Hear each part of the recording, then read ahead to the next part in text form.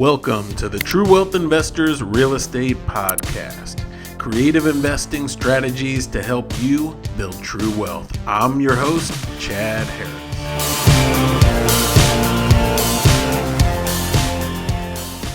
Welcome, everybody. Glad to have you back. Glad you're joining us today. Today we have a great guest. I've been excited to have Jim on for a long time. He and I talk regularly, and I know his story will be inspiring for you, and you're going to get some really good tips from what he's going to share. But before we hop into the interview with Jim, real quick reminder, as always, if you enjoy the content, encourage you, please subscribe to the podcast and the channel. Give us a like, rating, review. That lets me know you appreciate the content, and that helps others find out about us. I always appreciate that. If you want to leave me a comment, I would be glad to answer it, and love the interaction. So, okay, today for our guest, we have Jim Swanson of Clear Sky Homes, and he is from Dayton, Ohio. He and I have known each other for a long time from our local RIA, and we've been working together. And he has a similar passion as I do, and I know you're going to benefit from his story. So, welcome, Jim. Glad to have you. Yeah, thanks, Chad. It's an honor to be on here. So, fill us in on what you currently have. What's your current portfolio? Well, as of right now, I have one property that I own by myself, and then I have two properties that my father-in-law and I own together. Started, we kind of started this endeavor together. So, yeah, right now we have two properties and looking for the next. All right. Yeah, it seems like you're on that exponential growth where the curve's starting to turn up. Yep. So, so three properties currently, and we'll get into kind of what the challenges, I guess, have been along the way. But what was the initial spark that made you even interested in real estate in the first place? I've been interested in real estate for a while. My parents had a rental property growing up, and I remember working on it with my dad. And um, a buddy of mine spent a few weeks of our summer re-roofing the garage and stuff like that. But so I've always kind of had it in the back of my mind. When I went to uh, University of Dayton for physical therapy school, um, I didn't want to rent. I wanted to um, be a homeowner. So I had purchased that property with the mindset that eventually I would rent it out. So I looked for a property that, in my mind, even though I knew very little, had good rental potential. Um, I was looking for something that was a 3 bedroom, at least 2 bath, and so I was able to find something. I lived in it for 3 years. My wife and I met in PT school, and when we purchased this house that we live in now, I converted that to a converted the other house to a rental property. I just hung on to it, and that was about 7 years ago, and so it's just kind of grown from there. So the two additional properties you bought in the last year, right? Yeah. And so what was with that gap between your first house and then the two currently, and all the work you're doing currently to get that portfolio really going, what happened in the gap, or what initiated the fresh start, or the sudden activity?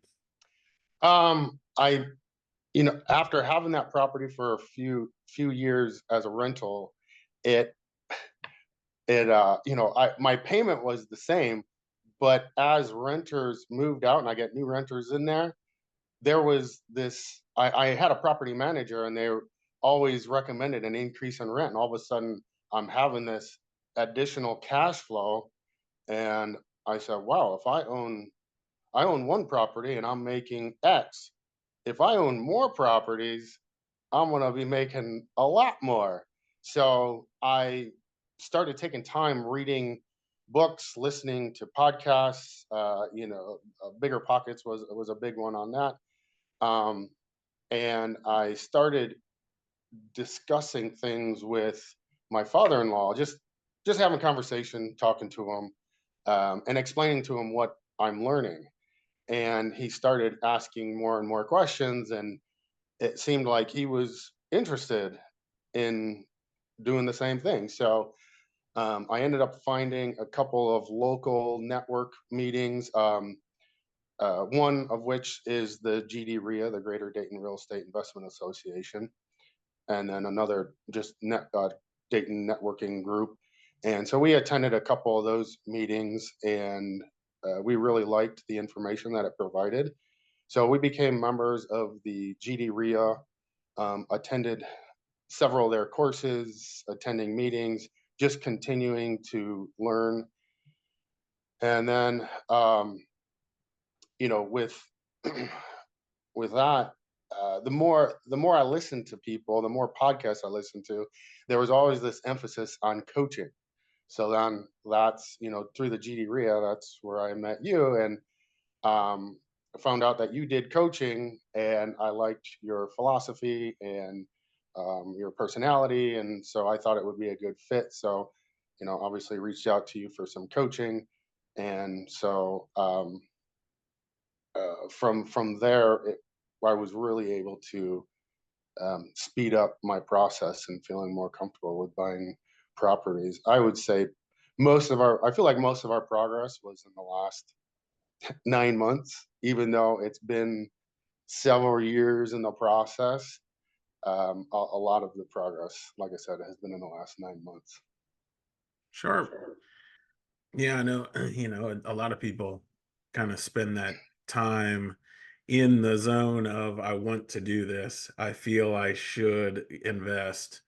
And it's a shocking rare number that actually get out of that zone, right? And actually do start investing and do Yeah, start building the portfolio. I kept hearing the term, uh, it was paralysis of Oh, analysis. analysis paralysis. Analysis paralysis. Yes, yeah, yeah. And I felt like I had that. I had that. And I'm like, man, we just got to do a deal. We just got to do a deal.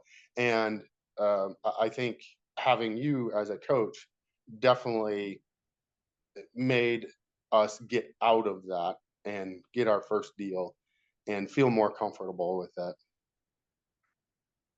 Yeah, I mean, there's a lot of benefits of having somebody further down the road, because in when you're starting, everything is difficult or questionable, and you doubt every step, and just having somebody to bounce those questions off of who's further along, Yeah, yeah, is and really beneficial. It's the same thing I do, right? At my level, I hire somebody further along so that I can, whatever issues I'm dealing with at my level, they're easy for him to deal with.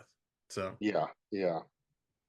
And it's you can spend as much time as you want reading books and listening to podcasts, and you're never going to know every little piece of information. Obviously, I do believe you need to spend some time doing that. The more you learn, the less risky it becomes, right? It's it's only a risk if you haven't spent that time educating yourself. Um, and then it becomes, I feel like, more of a gamble. But the more you learn, like I said, the less risky it becomes, and the better decisions you can make to make sure that you don't put yourself into a bad situation. yeah, books, for me, books and podcasts and even courses were really good for the concepts and the ideas and Yes. strategies. And there still is that gap where you have to apply it to your specific deal and in your specific situation, specific finances. Yeah. Um, It's never going to, I don't feel like it's ever going to match completely.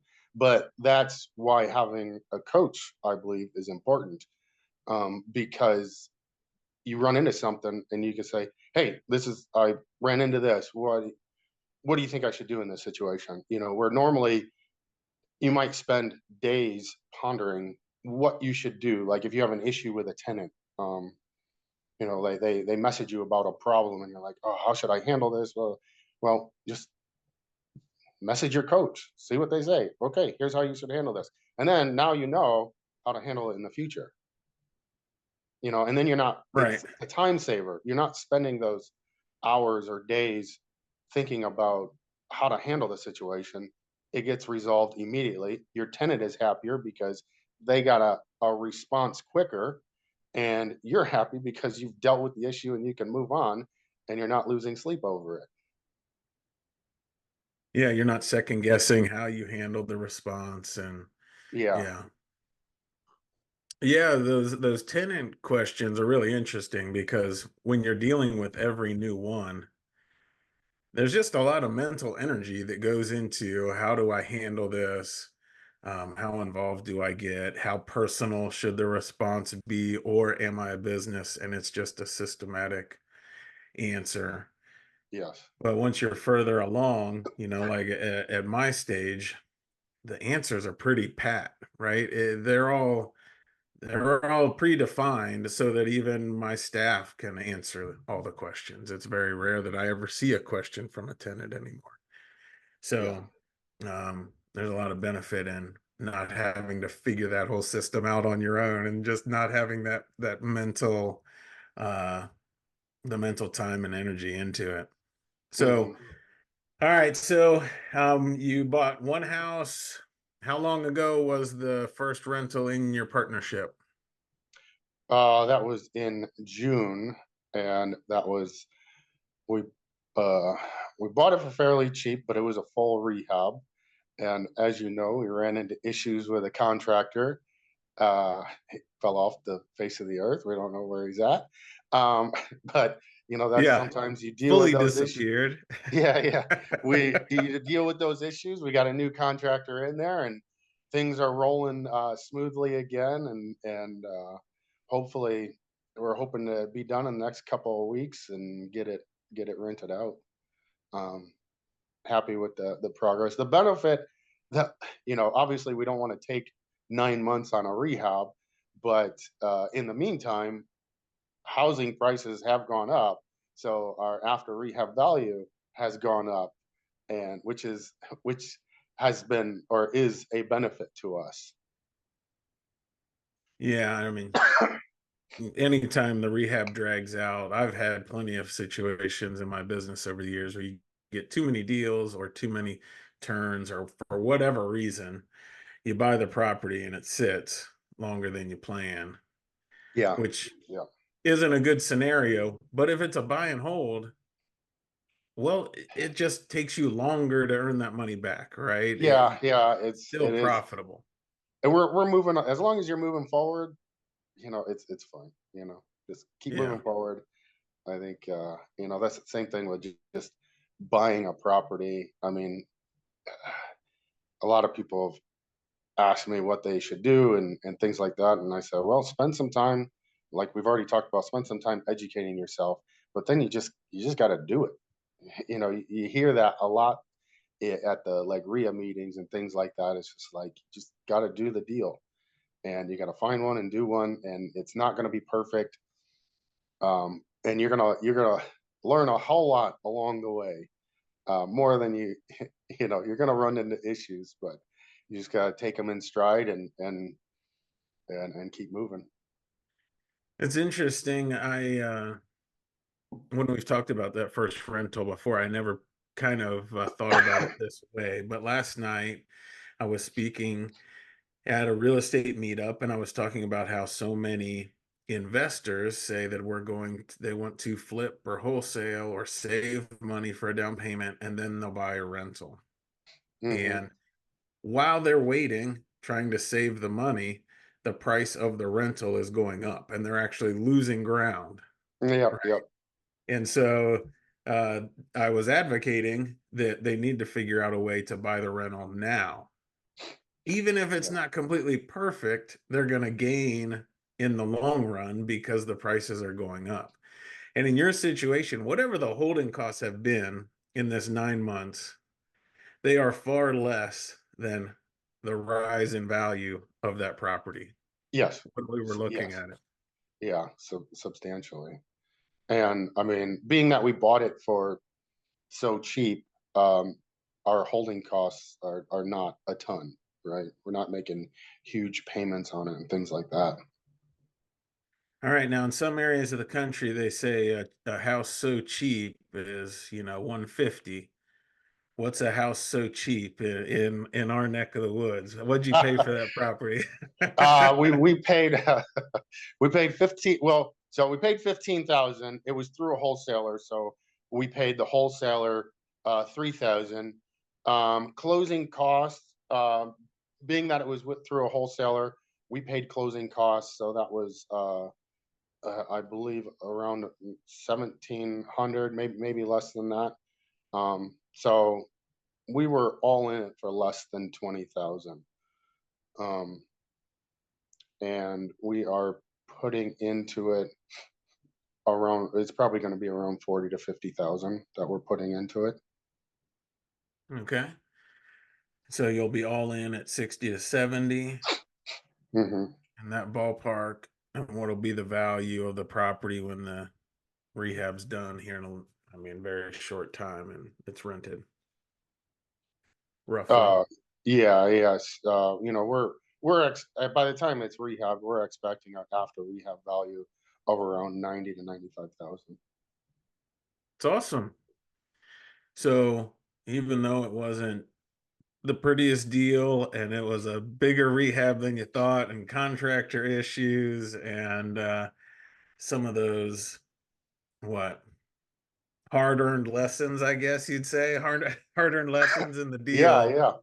Y- um you're still creating $25,000 in equity and gonna have a property that cash flows really well, yeah, right? yeah, we're expecting a decent cash flow on it. um it's just the house was empty for 10 years, had been ransacked, all the copper lines cut out, so everything had to be done. So um, yeah, it's Well, and good in the probably fact the that weirdest one, like running new supply lines for plumbing isn't too bad, but the weirdest one was how it had like a coal furnace in the middle of the family room and no duct work. yeah, That's a big yeah. issue. So yeah, we had we took that out. We put in well, we had someone put in all new ductwork and furnace. That way, we saw it as it was an expense, but it was more um, comfortability for the for tenants. You know, keep it.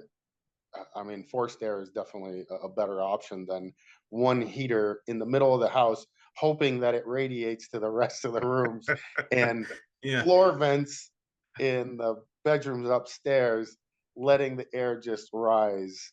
and just holes cut in the ceiling and the Yeah, floor to yeah, match. yeah. Then, Yep, yeah, yeah. yeah, It was glorious. the original gravity system.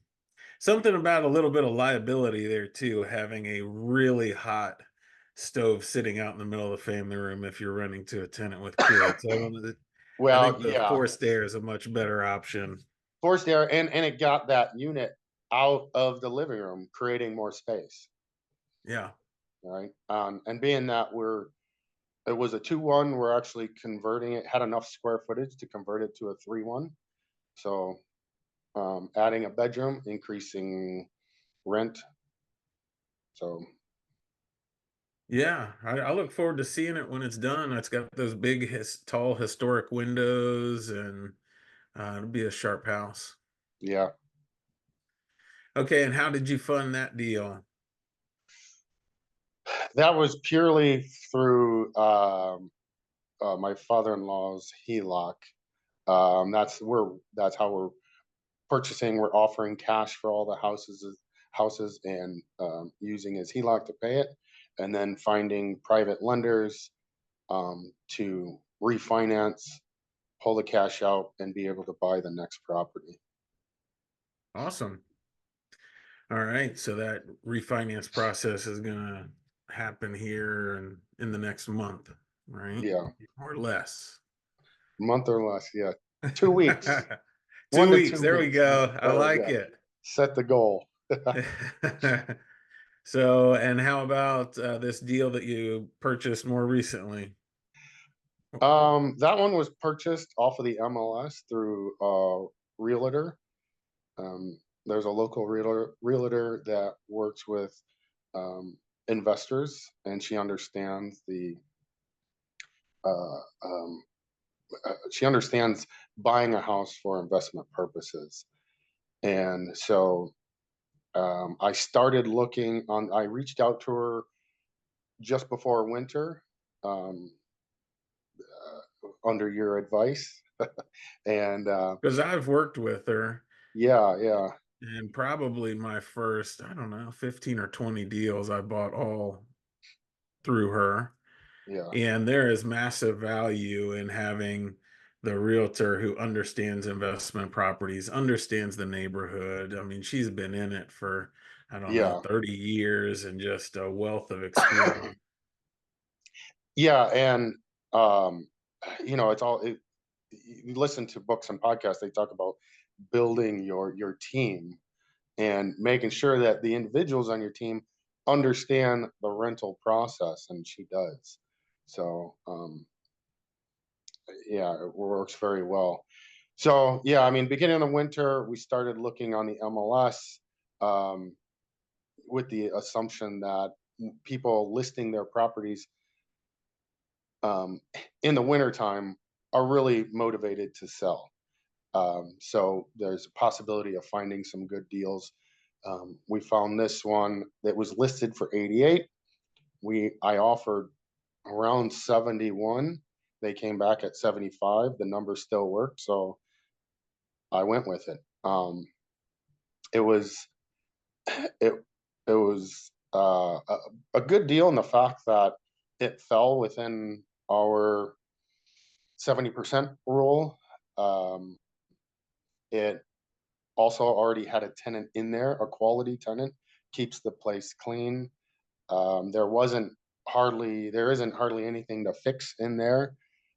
So there isn't a lot of maintenance that we had to worry about after purchasing, or I should say maintenance or rehab after purchasing the property. Um, the We were supposed to close on February 2nd. That got pushed back because the title company found some lien on the property from the that was not released from the 90s. It was a loan or something that was paid off, just never released. So they had to get the information from the bank. So that's another key factor, is always working with a title company that uh, is a quality title company, and that also understands the rental business, because they were able to make sure that we got all of the payments, as far as um, holding the security deposit, any pet fees, because she did have two dogs, which was allowed. She signed for them per the lease, but she paid some pet fees, so they got all of that for us. So and they, you know, having a title company that understands that is important. Um, and the selling realtor wanted us to switch title companies because they this title company that we worked with is legit on the up and up, and they make sure everything's done by the book. And the realtor was apparently signing for them on the owners for other deals, and the title company's like, no, that's not allowed. Like, you can't sign for them unless we have power of attorney, and he didn't. So he wanted us to switch. My realtor said absolutely not, which I'm happy with. Yeah. We're gonna stick with our title company. So they were able to get it closed for us. We finally closed on February 27th, and was able to get the tenant switched over to our system and now paying online through our portal. So getting everything taken care of that way. Yeah, which is a process with the first inherited tenant, right? Especially closing on the what 27th, and you got the first of the month shortly Yeah, after, and getting them moved in and transition to your property management system. So yeah. There's uh, a lot of steps in that process. Um, it's nice. It was good that we didn't have to find a tenant, but it does create some other complications. So, yeah, but but so yeah, what would you say? So a lot of people don't like buying properties with where they inherit the tenant with it, right? I've bought a lot that way. Um, and I don't mind it, especially if I'm in the house and the house looks really clean and the rents are near market rent and it's not some weird scenario or a terrible tenant. What was your experience, and would you recommend buying a house with an inherited tenant again? it worked out smoothly for us. This is obviously this is one deal, one tenant. I, it's hard to say whether I think at this point it worked out well. So I'd say, yeah, I think it's a good deal, right? I would, it would be hard to say otherwise. If you walk in, you're walking through the house to view it, and everything is a disaster, and they have 10 dogs that weren't allowed, and everything is, chewed up or whatever, So I guess it's tenant dependent in that way. Um, Which is but interesting if you look at, okay, if you just rented that property and you were only looking at applications, you wouldn't, most times, you don't get to walk through that tenant's current house to see how cleanly they live, what yeah, dogs are in yeah, the house, how many people are in the house, right? yeah, yeah, Where buying the property, you do get that glimpse as to who exactly the tenant is and how they live. yeah. So, all right. So with this deal, it was listed at 88. What did you end up purchasing it for? 75. 75. Yeah. Okay. And what was the realtor's expectation for the value after you closed? Um, well, so um, you mean her after rehab value, her estimated after rehab value? Oh, okay. Yeah. So I had originally, I'm a little conservative with mine. So when I was looking at the deal, I was estimating around 100,000. After talking to her and you, both of you felt that it was worth 110 to 120,000. So yeah, I tend to run more on the conservative side, I suppose, because of I just starting out and wanted to minimize risk. So I'm the same way. I like having the numbers conservative, and if I sell a property, it's a big surprise when we list it, right? I And yeah, that's I much would better than me yes. thinking it's worth 120 and the realtor says we're going to list this at 95, right? Yeah, yeah, yeah, yeah. That Which I mean, being that we're buying hold, ultimately the ARV, you know, doesn't really matter too much to us, but it gives me a number to base my um um the lender amount on, the like, loan to value. right. So, So we're yeah, not looking at selling properties. We're not looking at fix and flips. I like right. the That's a long good term. point. So, but when you're raising money from private lenders, you're not generally going to have that appraisal like you would with a bank. Yeah, yeah. And so you need to be able, or we need to be able to Mhm. assign a value to that property, what that ARV or what the comps are in the area. Yeah, I usually like if I'm looking at a property and I'm trying to find the ARV and I'm like, and I see the calculation, I run the calculations and it's like, well, it could be 100 to 105,000.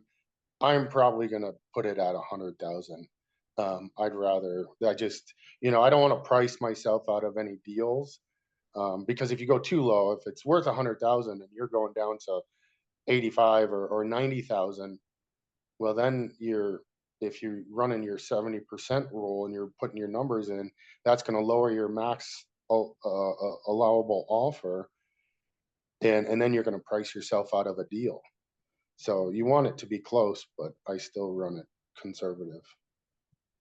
When you're raising money from private lenders, your lenders like that you use conservative numbers too, Yeah, right? yeah, They want the security of knowing you're conservative and not pushing the limit with every valuation, with every loan to value. So it ends up making it easier raising that money over time as well. yeah, Okay, so if we go with the conservative valuation, that house is worth 110 and purchase price was 75. So that's under 75% loan to value, right? yeah, Um, or you're creating $35,000 in equity in yeah. essence the day you buy it. Hmm. That's a Yeah, pretty cool deal. yeah. I'll take it. Yeah. So, for so many people who are trying to save up the money to buy a rental, I think it's a rewarding or an inspiring story to think you didn't have to use any of your own money to purchase this property and you created 35,000 in equity the day you bought it. Yeah. For that property, we have a private lender that lent 55,000. They didn't have 75,000. They had 55. So, I mean, we are using 20,000 of our own money, but the we're not paying that lender out anything. What we're doing is compounding that, um, what they would be getting out of a payment that's going right back into their investment until it gets up to that 75,000. So each year we're going to re-sign for the new amount, until it gets up to the 75,000, or they want to pull their money out. And then once it hits 75,000, then we'll start paying them. Um, so I mean, a little bit of our own money is in that, but we're going to have really added cash flow per se per month, because we're not paying that lender out.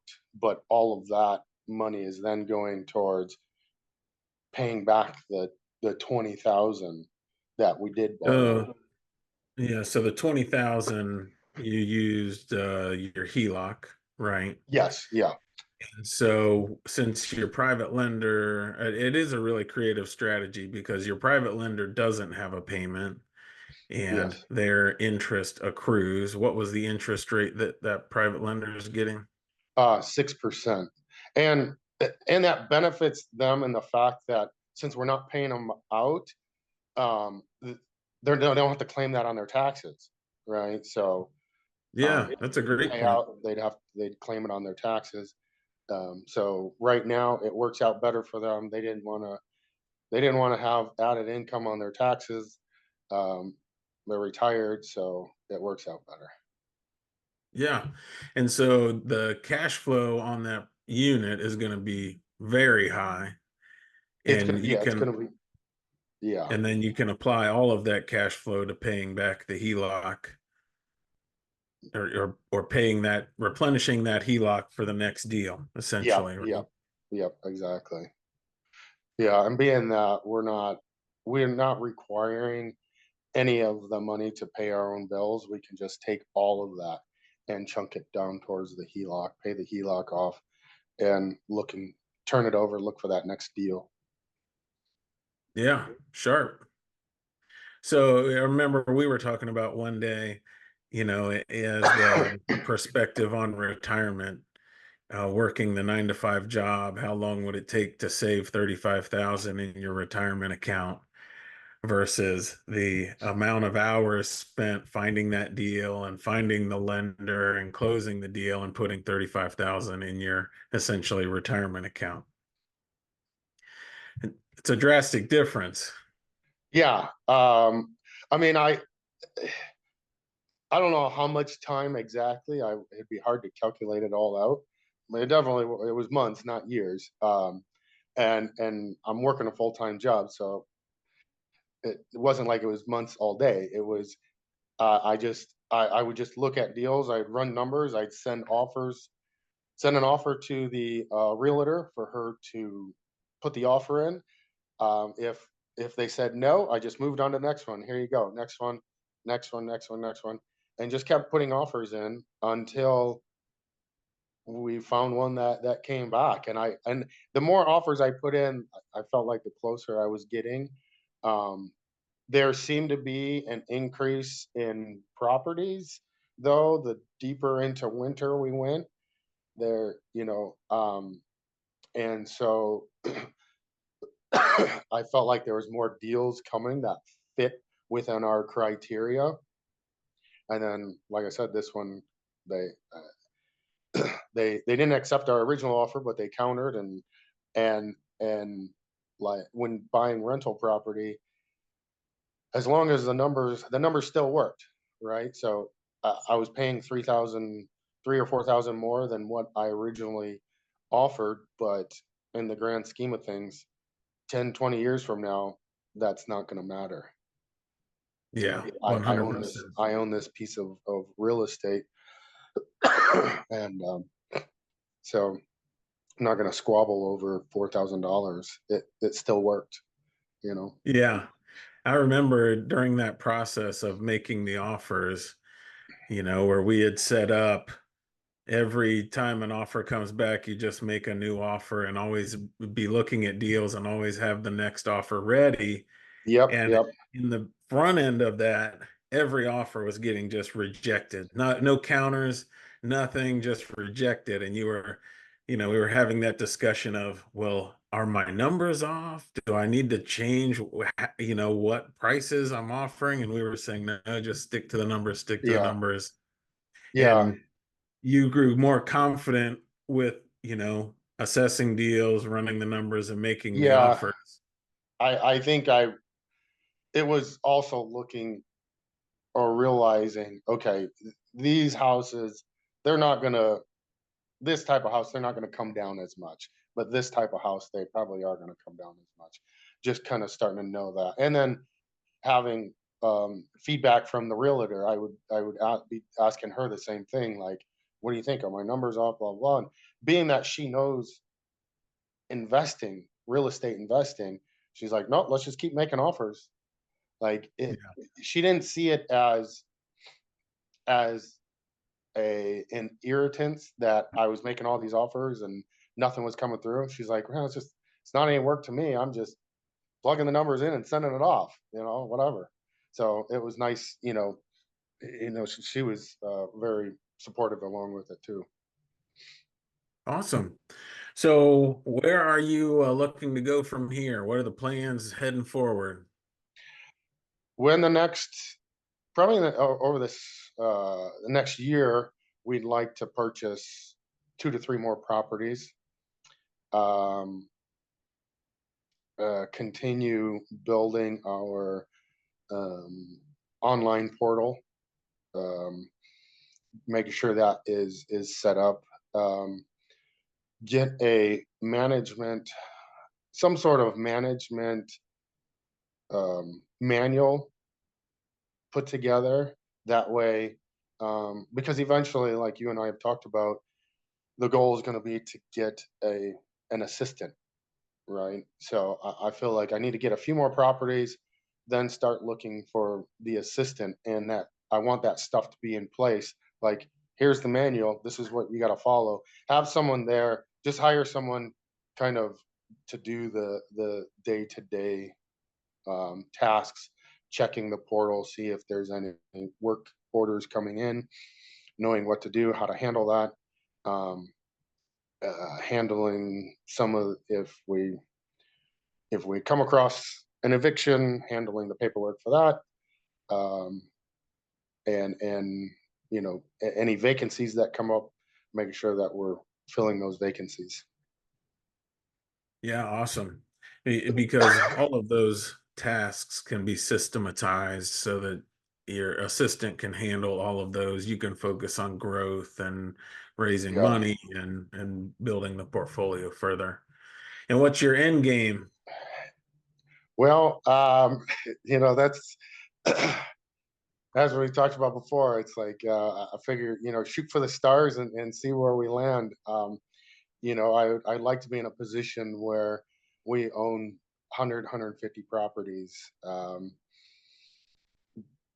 So and maybe more. I don't know if there's like a specific number. Like I'm not gonna be like, oh, okay, we hit 100 properties. That's it. I'm done.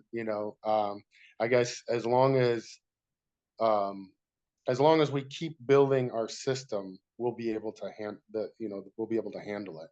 And that's one thing, I've learned along the way is that you have to build the systems as you go. If you're just buying properties without the systems in place, you're going to become overwhelmed too quickly. And so we're trying to build those systems ahead of time. That way, we're ready when things move forward. Yeah, awesome. So, for anybody out there listening and they hear want 100 properties, 150 properties, there's probably some people that think, man, that sounds like a lot of work. What on earth what makes a person want 100 properties or 150 properties? Which I have to say, you and I really relate, right? We're big ideas. We're like, yeah, we're gonna Yeah, build this amazing thing, the yeah, empire. yeah. We're Build the putting it empire. together. Yeah. Yeah.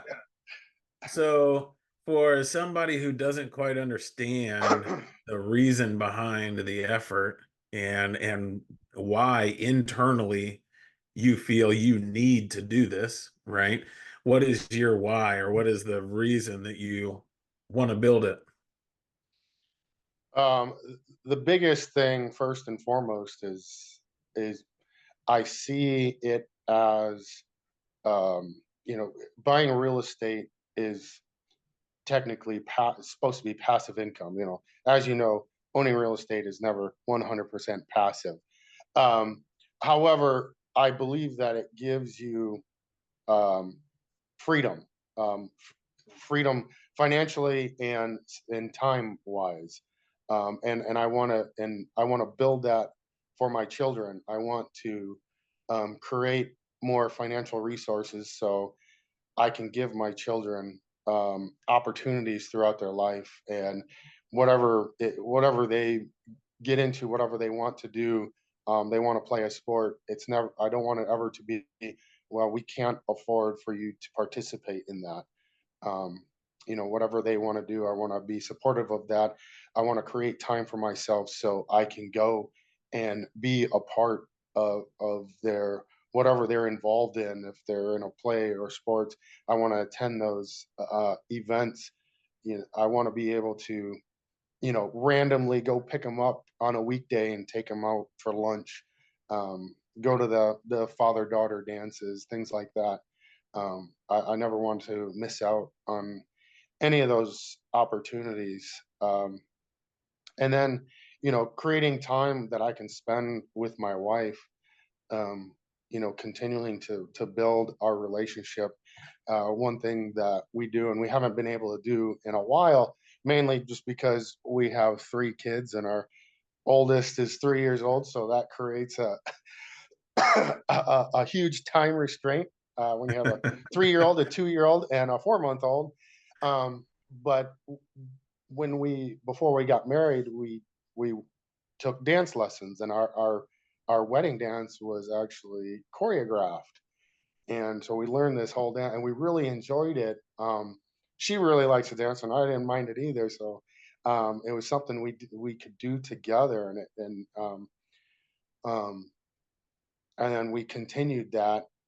um, beyond our wedding, and we continue to take dance lessons. And we haven't been able to do that. I'd like to get back to doing that. And then just creating more time to spend with friends and family, and be able to help people out as needed. So that's why I wanted to. Awesome. I'm putting all this work in. Yeah, and those things, the time spent with your kids and your wife and the experiences that you share, you can't put a price tag on that. And No, no, the older my kids get, my oldest is now 18, and you realize how fleeting those years are. We still have the relationship, but just as they get older, that relationship changes, and you really can't get the time back. You really need to be able to build those experiences when you have the chance. yep, agreed. So, and I know they'll value those experiences and appreciate that you were able to do it and put in the effort for it. Hmm. So, all right. So, for people who are listening and they maybe have thought about hiring a coach, but they don't really understand what the benefits of that coaching relationship are. What have been the main benefits for you? We meet weekly, talk through things, plan for moving ahead and what you should focus on. But in that whole process, what have been the main benefits you've seen? Well, the biggest one is, I think, holding you accountable. I mean, every week you are creating goals for me. Let's accomplish this, and then every week we go over that, and I don't always get the goals accomplished, but you're holding me accountable, and you're telling me this is what you need to do to move forward. I think without that, you might get a little bit stuck in a rut. Um, and then having somebody to bounce ideas off of. I kind of relate the coaching to um, wrestling. I wrestled from the time I was 6 till I was 25. Wrestled in high school and college, and it's an individual sport, and nobody can do the work for you. Just like buying real estate, nobody's going to do the work for you. But you know, however, even in wrestling, you still have a coach in your corner. You still have somebody there to guide you along, and tell you, give you advice in practice or during your match. And I guess I look at it like that, and it's like, you know, if you want to rise to the top, you got to have a coach. That's just that's just the way I feel about it. And if you look, I mean, what Olympic gold medalist have you seen that never had a coach in his life? He just read some books and was like, I'll try that, and then he made it to the top. That's nobody, right? There's Yeah. always there's behind everybody there always been like a good coach. So I look at it the same way as, you know if something's going on, I have someone to reach out to. And it's, even with us, whenever I've had an issue with a tenant, like I mentioned before, it's like, hey Chad, this is going on, how do I handle this situation? And then you tell me, you give me advice. This is what I would do in this situation.